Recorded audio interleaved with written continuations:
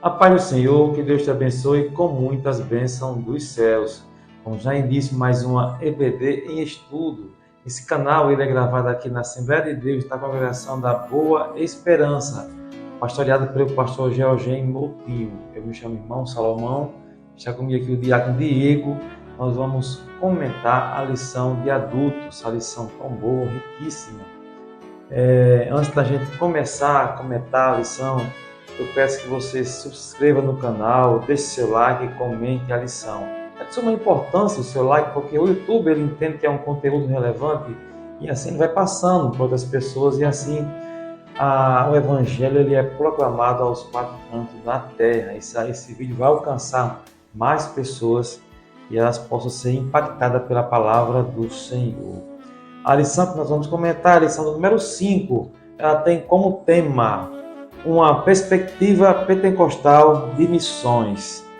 O texto áureo da lição, que eu sempre digo que é a primeira base da lição, ele se encontra lá em Atos dos Apóstolos, capítulo 1, verso número 8, que diz assim: Mas recebereis a virtude do Espírito Santo, que há de vir sobre vós, e semeis testemunhas, tanto em Jerusalém como em toda a Judéia e Samaria, até aos confins da terra. A verdade prática nos diz assim: o Espírito Santo derramado no Pentecoste é o mesmo Espírito que Deus deseja derramar de novo na igreja da atualidade. A segunda base da lição você vai encontrar na leitura bíblica em classe, que se encontra lá em Atos dos Apóstolos, capítulo 2, do versículo número 1 ao versículo número 8, e o versículo 14 ao versículo de número 18. Eu peço que você leia com seus alunos lá na sala de aula, que é importante, é o que vai dar base à lição propriamente dita.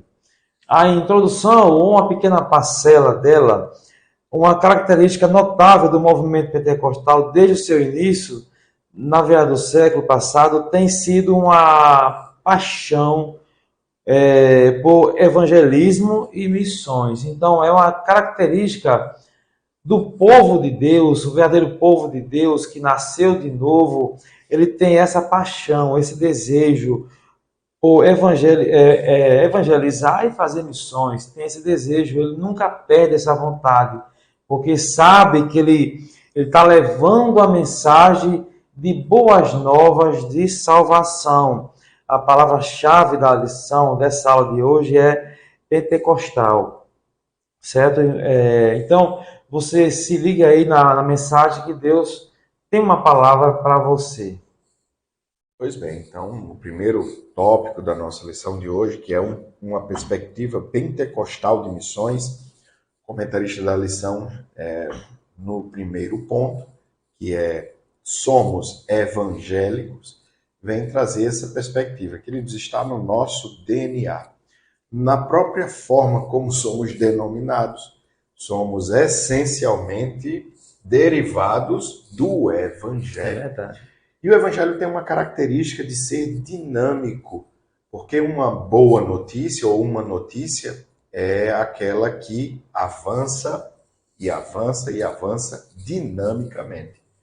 Porque a notícia em si não é nada, querido, se ela for contida, mas ela ganha propósito em si mesma quando é expandida, é espalhada. Essa é a natureza de uma boa notícia. E evangelhos são boas novas. O comentarista da lição também vem trazer que esse compromisso pessoal com Jesus a partir do novo nascimento é um dos pontos. A autoridade bíblica e o apelo de anunciar a Cristo são o tripé da doutrina evangélica.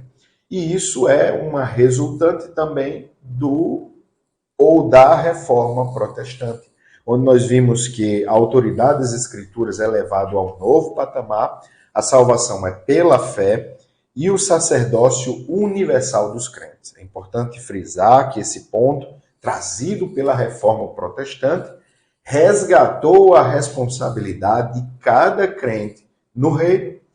Cada um de nós não importa que cargo eclesiástico exerça, tem um ministério no Evangelho. Nós temos a responsabilidade delegada por Jesus, não só a responsabilidade, mas a autoridade dada por ele para anunciarmos o Evangelho. Isso está no DNA do evangélico.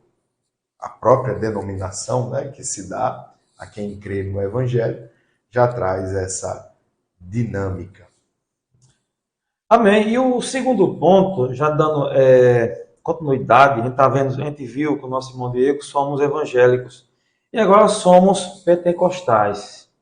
Essa característica de pentecostais, tem que ressaltar sobre isso, ou falar um pouco sobre isso aí, não quer dizer que você ser pentecostal é sinônimo de barulho, de bagunça, de zoada, de movimento. Tem um movimento, mas é o movimento do Espírito Santo.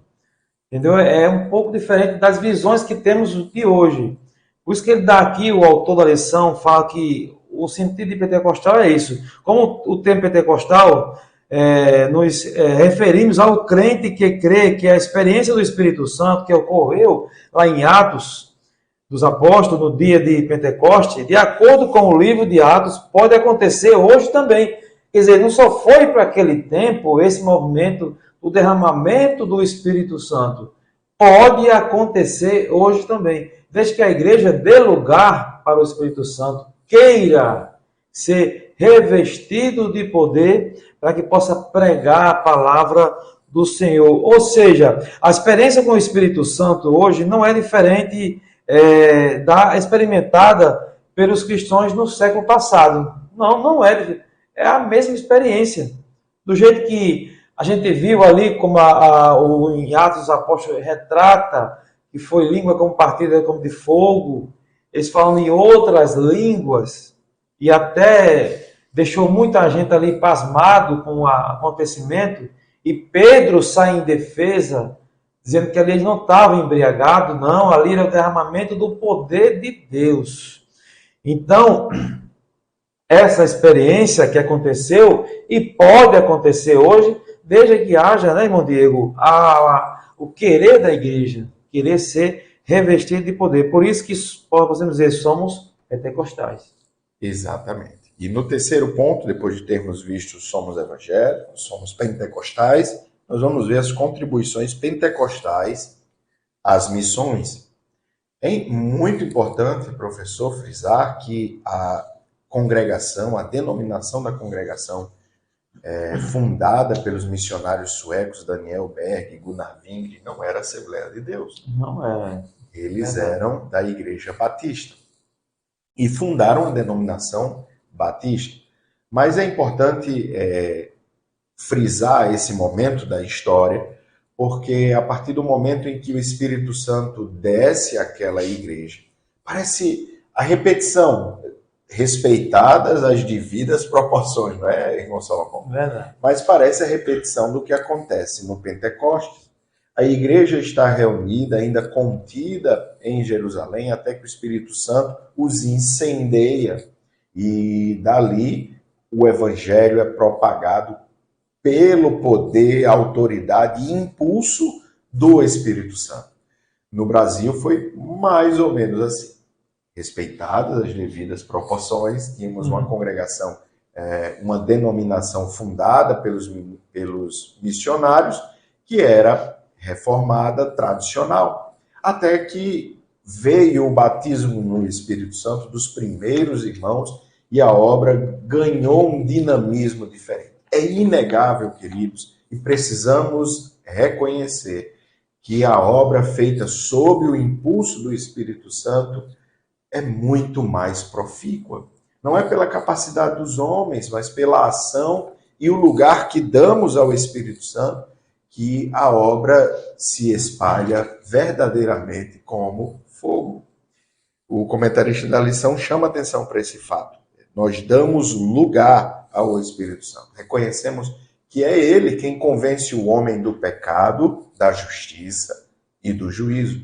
E quando ele faz isso, acrescenta muito mais à igreja como acontecia em Atos. Todos os dias o Senhor acrescentava aqueles que se haviam de salvar. O evangelho anunciado, essa é a grande contribuição. Sob o impulso do Espírito Santo, é muito mais profícuo, irmão Salomão. Amém, maravilha. Com isso a gente concluiu o primeiro tópico da lição, que tinha como tema uma perspectiva pentecostal de missões. Vamos entrar no nosso segundo tópico da lição, que tem como tema a obra missionária depois do Pentecoste. Olha, grave bem isso aí. A obra missionária depois do Pentecoste. Isso se referindo a Atos capítulo 2, depois do Pentecoste. O primeiro ponto vai nos dizer que a causa da obra missionária na primeira igreja. Ele fala aqui assim, que na descida do Espírito Santo no dia de Pentecoste, e o acontecimento que impulsiona a obra missionária da primeira igreja. Quer dizer, é o acontecimento que impulsiona a obra missionária na primeira igreja. Porque ali, os que foram cheios do Espírito Santo saíram mesmo dispostos a pregar a palavra de Deus.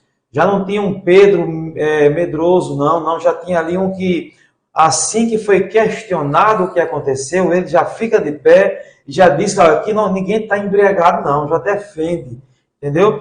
Então, aqui foi o ponto de partida.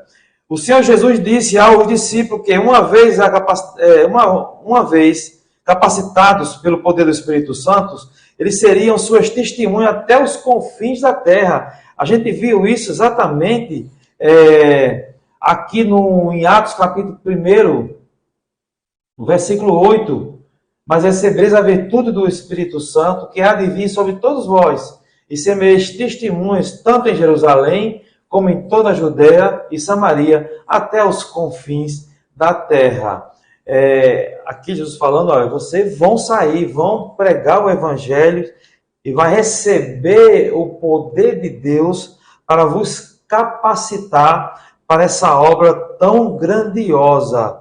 Por isso, o período em que a igreja cristã viveu, seu maior crescimento foi o do primeiro século de nossa era. Então, ali foi o primeiro período que a igreja mais cresceu, não é, irmão Diego? Mais cresceu, impulsionada pelo Espírito Santo. Aí você pode dizer, não, mas peraí, irmão, hoje não cresce? Cresce sim, cresce. Porque ainda a ação do Espírito Santo aqui na terra, agindo, convencendo a alma dos seus pecados. Certo? Dando oportunidades aqui, ó. Ali começou o poderoso movimento de missões. Foi onde começou tudo, certo? Nesse sentido, os 8 primeiros capítulos de Atos dos Apóstolos explicam a razão desse crescimento. Antes de sair para alcançar as nações com o Evangelho, os discípulos deveriam estar revestidos de poder. É o toque principal, meu amigo. Revestidos de poder. Aonde eles botarem a planta do seu pé, aonde for divulgada ali a palavra do Senhor, o Espírito Santo vai agir nas vidas, trazendo transformação de vida. Exatamente, meu Salomão. E no segundo ponto, nós vamos ver a expansão missionária da primeira igreja. Já vimos que a ação do Espírito Santo fez toda a diferença, mas isso é o cumprimento do que Jesus havia predito. Lembrem-se que Jesus determinou que os discípulos ficassem em Jerusalém até que do alto fossem revestidos de poder. Isso é uma determinação, queridos, o que demonstra que devemos, e por isso é tão importante, devemos entender que o Evangelho não deveria ser anunciado em outras circunstâncias qualquer, que não sob a ação e o impulso do Espírito Santo.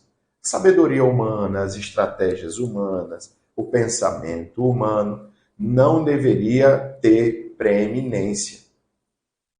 Ao invés disso, o Espírito Santo deveria ser colocado em primeiro lugar em todas essas frentes: estratégia, pensamento, preparação, porque é a ação do Espírito Santo que faz a diferença. Os discípulos obedecendo a determinação de Jesus, foram cheios.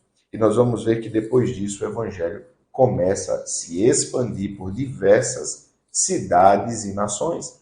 Agora eles estavam sendo direcionados a levar o evangelho para além de Jerusalém.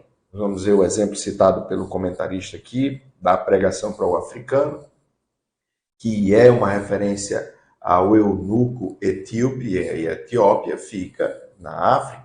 O evangelho agora se expandindo. Pedro é levado a falar a um gentio. O evangelho se expandindo para além dos muros de Jerusalém e principalmente sob a ação do Espírito Santo. Para a gente fechar esse ponto, lembrar que ao falar com os gentios, ao levar o evangelho para os gentios, naquele episódio em que Pedro é orientado diretamente por Deus para fazer isso, lá é descido o Espírito Santo. E, irmão Salomão, vejam uma defesa que Pedro faz do batismo dos gentios, que é maravilhosa. Como eu poderia negar batismo em águas a quem o Senhor batizou com fogo? Então, irmãos, isso nos mostra que a autoridade máxima é o Espírito Santo. E em termos de evangelização, pregação do evangelho, não deveríamos, irmãos, relegar a segundo plano a importância, a preeminência da ação e do impulso do Espírito Santo. E nessa expansão, como o irmão Diego falou aqui, vocês vão ver que Deus não faz exceção de pessoa. Ele diz aqui, o apóstolo Pedro, um missionário cheio do Espírito Santo, reconheceu que todos os seres humanos são alvos de amor de Deus. Aí justamente aqui em Atos do apóstolo 10, versículo 34, versículo 35, ele diz, abrindo Pedro a boca, disse, reconheço por verdade que Deus não faz exceção de pessoas. Então não faz. Como o nosso irmão Diego falou aqui, ele mandou pregar na Macedônia, em toda a Judéia, Samaria. Então teve vários exemplos. Ele nunca fez exceção de pessoa. É as pessoas que gostam de fazer essas exceções. Mas Deus não. Deus amou o mundo, amou a todos. Certo? Então Paulo foi de perseguidor dos cristãos, Paulo se tornou um apóstolo dos gentios. Um homem que perseguia, Paulo deu todas as características para Deus o desprezar. Ele teve participação na morte de Estevão. Mas Deus o chamou para pregar a palavra do Senhor. Certo? Então ele diz aqui, o apóstolo João relata que Deus se interessa pela salvação de todos os homens. Todos os homens. Com esse entendimento a respeito da natureza ilimitada do plano de salvação de Deus para os homens e impulsionado pelo Espírito Santo de Deus. Então é ilimitado. O amor de Deus não tem limite. É para todos. A condição é aceitar a Cristo como o único e suficiente Salvador. Então Deus não faz exceção de pessoa, nunca fez. A missão da primeira igreja atingiria a escala mundial. Quer dizer, podemos ver isso no ministério de Pedro, com o centurião Cornélio, o trabalho de Filipe, a igreja missionária lá em Antioquia, bem como em Roma e outras regiões longínquas, que o ministério apostólico, como o ministério apostólico de Paulo, atingiu e chegou, através dele, a pregação do Evangelho. Então, aqui a gente está vendo a expansão que chegando a todos. Não interessa a raça, não interessa a cor. Né, irmão Diego? O que interessa é que Deus quer que a salvação chegue a todos os homens, a todos. Exatamente. Independente de raça, cor, nação. Verdade. Deus quer que todos os homens cheguem ao conhecimento da verdade. E no terceiro e último tópico da nossa lição, nós vamos ver que a ação do Espírito Santo e a obra missionária. O primeiro ponto é a função do Espírito Santo na obra missionária. Como nós temos enfatizado, essa lição vem reavivar em nossa compreensão a importância inalienável da ação do Espírito Santo no trabalho de evangelização, na obra missionária. Jesus deixa claro, queridos, que no reino espiritual, sem ele, nada poderíamos fazer. Não é sem motivo que os discípulos foram levados a ficar em Jerusalém, aguardando autoridade e poder do alto para pregar o evangelho, porque agora a dinâmica é diferente. Então, a função do Espírito Santo na obra são diversas. O comentarista da lição pontua aqui algumas, dizendo que são ungir, inspirar, separar e enviar homens e mulheres para os 4 cantos da terra. Por isso, a obra missionária é uma tarefa ligada à ação exclusiva do Espírito Santo. Por isso que é importante observarmos que, sem a ação do Espírito Santo, temos uma obra humana, e por isso nós vemos algumas obras tão sofridas. Quanto mais a intervenção humana, menos frutos espirituais, irmão Saulo. Verdade. E salvação, e convencimento, e transformação. Não há sabedoria humana que traga, queridos, a conversão genuína. Precisamos entender, ter essa compreensão muito clara de que a obra de evangelismo ou de evangelização, a obra missionária, precisa ser feita sob o impulso do Espírito Santo de Deus.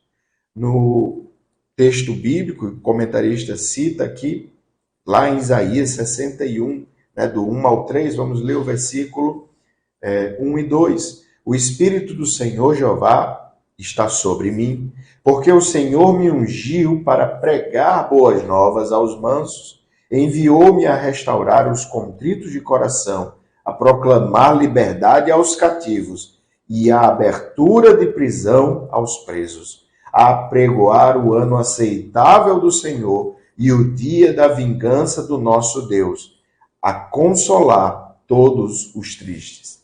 Para um leitor mais observador, vai lembrar que essa é a leitura que Jesus faz na sinagoga, apontando para si mesmo. Mas aqui é revelada a natureza do Evangelho e é revelada também que é pela ação do Espírito do Senhor. A leitura aqui desse texto começa: o Espírito do Senhor Jeová. O Evangelho traz essa novidade, queridos. Trabalho missionário genuíno precisa ser sob o impulso e a sabedoria e a direção do Espírito Santo de Deus. Amém. O segundo ponto do terceiro tópico tem como tema: o Espírito Santo capacita para a obra. Então a gente vai ver nesse segundo ponto que essa capacitação, esse chamado, é do Espírito Santo de Deus. Não adianta a pessoa sair com o impulso de si mesmo. Só, olha, eu vou sair, vou pregar, vou para outro país, se não for chamado pelo Espírito Santo de Deus. Ele vai ter um grande problema. Então, ele diz aqui, o Espírito Santo é quem escolhe, quem envia os missionários para anunciarem as boas novas de salvação ao mundo. Ele é que faz tudo isso aí. Ele que chama. Lá em Atos 16, temos uma relação clara de como o Espírito Santo deseja que a ação missionária seja realizada. Então, ele deixa aqui claro como é que ele quer que seja realizada. Nesse sentido, o Espírito Santo também é o instrutor dos ministros da palavra de Deus, no exercício de proclamação da mensagem no campo missionário. Então, ele que vai chamar, ele que vai conduzir, ele que vai instruir a pessoa. Então, não sou eu que falo da minha maneira, de como eu devo falar, eu que decido, não. É o Espírito Santo de Deus que nos capacita a falar segundo a sua preciosa vontade. Não a minha vontade, mas a vontade dele, a vontade do Espírito Santo, da palavra de Deus. Ele diz aqui, não é por acaso que a ação do poder do Espírito Santo na igreja é uma característica mais surpreendente do livro de Atos, a ponto de o livro ter sido chamado de Atos Atos do Espírito Santo. Então, olha só como o livro de Atos é importante. Traz uma grande mensagem. A descida do Espírito Santo, e os que estavam ali foram cheios do Espírito Santo e capacitados para realizar a obra do Senhor. Então, quem chama, quem capacita, quem instrui, quem guia, quem guarda, ampara, é o Espírito Santo de Deus. Basta que você dê lugar para ele agir na sua vida. E no terceiro e último ponto desse tópico, nós vamos ver que Deus age por meio do Espírito Santo. Eu quero ler aqui o que diz o comentarista no primeiro parágrafo. Na obra Verdades Pentecostais, o pastor Antônio Gilberto, nosso conterrâneo, saudoso, pastor Antônio Gilberto, descreve a assistência do Espírito Santo na obra missionária.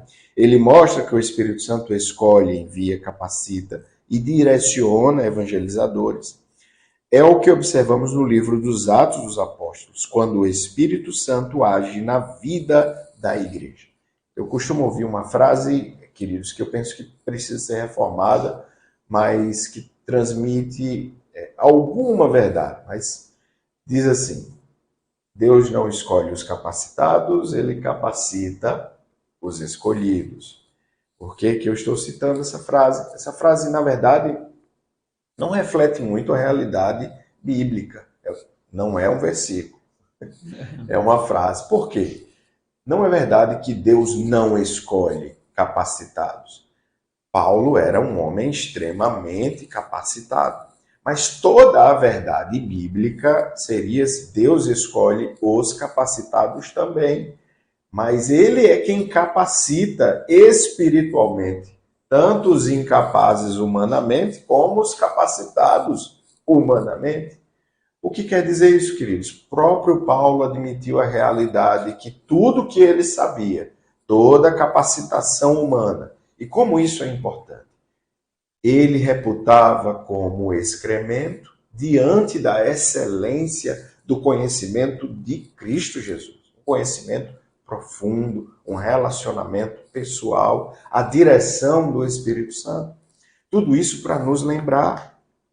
Deus age por meio do Espírito Santo, por meio de homens e mulheres que reconhecem a sua total dependência. O justo viverá pela fé. Quando nós nos sujeitamos à vontade dele, reconhecemos a nossa total dependência e damos assim cada vez mais lugar à ação do Espírito Santo. Por que os pioneiros da Assembleia de Deus não olhavam com bons olhos os cursos de teologia? Hoje nós temos uma visão um pouco diferente, mas eles não olhavam com bons olhos porque eles achavam, e esse era um pensamento, né, dos pioneiros, que quanto menos o homem soubesse ou quisesse colocar no ministério, melhor. Quanto menos desse, e quanto mais lugar ele desse para o Espírito Santo. É claro que os antigos conheciam a palavra, claro que eles liam a Bíblia, mas eles não olhavam com bons olhos a academização, né, os títulos, que, ao seu ver, e aí a gente talvez extraia algum ensino de sabedoria, tiravam a preeminência da ação do Espírito Santo. O que acontece é que nos anos 70, 60, e a gente gosta de criticar, não é? Mas um crente ganhava quase 30 por ano. Hoje nós precisamos de 10 crentes para ganhar um. Então, queridos, nós vemos que tem algo para aprendermos aqui. Sem a ação do Espírito Santo, a igreja declina. Tem um hino muito conhecido entre quem canta em corais, que é o Vivifica a tua igreja. É pela ação do Espírito Santo que ela é viva e eficaz. Não é pela sabedoria humana ou estratégias meramente humanas. É quando damos lugar, irmão Salomão, que a diferença vem para a nossa vida prática. Quando damos lugar ao Espírito Santo de Deus. É verdade. Amém. Vamos chegando aqui na nossa conclusão da lição. a gente viu a contribuição importantíssima do Espírito Santo. Sem ele, a ação de evangelizar, de levar as boas novas de salvação, sem ele não seria possível, ou não é possível. Porque é ele que convence o pecador dos seus pecados. Não somos nós com nossas grandes retóricas, os nossos estudos, a maneira de falar, de se expressar bem, é que vai convencer o homem do pecado. Não, é o Espírito Santo de Deus que convence o homem do pecado. Basta que você peça essa capacitação do Espírito Santo, você peça para Ele, para que você possa ser capacitado para pregar as boas novas de salvação. Vimos que assim como ocorreu no ministério terreno de Jesus, bem como no ministério terreno da igreja primitiva. Então, como aconteceu no ministério terreno de Jesus, que foi um ministério que pregou a palavra com curas, com libertação, com transformação de vida, aonde Jesus ia, o nome dele era pronunciado por todos. E a fama de Jesus se espalhou por toda a Galiléia, por toda Jerusalém. Por quê? Ele pregava a palavra de Deus, a palavra do Pai. Certo? Então, a igreja primitiva também ficou com esse papel de pregarmos a palavra do Senhor. Tudo isso nos mostra que é indispensável para qualquer projeto missionário que toda obra começa e termina sob o poder e a direção do Espírito Santo. Então, toda obra começa e termina sob o poder do Espírito Santo. Essa presença santa que garante o sucesso e a eficácia da obra missionária em pleno século XXI. Então é isso que garante a eficácia, é isso que garante o sucesso da obra missionária. É o Espírito Santo de Deus. Dê lugar ao Espírito Santo de Deus. Pregue a palavra do Senhor. Parece que essa lição está sendo ensinada para que a gente possa aprender a amar aos quebrantados do coração, aos perseguidos, aos sem Jesus, certo? Que a gente possa amá-lo e pregar a palavra do Senhor a toda a criatura. Amém? Já de antemão te agradeço pela sua audiência, pela sua presença. Não se esqueça de se inscrever no canal, deixar o seu like de joinha, comentar a lição e já te convido para a próxima aula, se assim Deus permitir. Que Deus te abençoe com muitas bênçãos dos céus.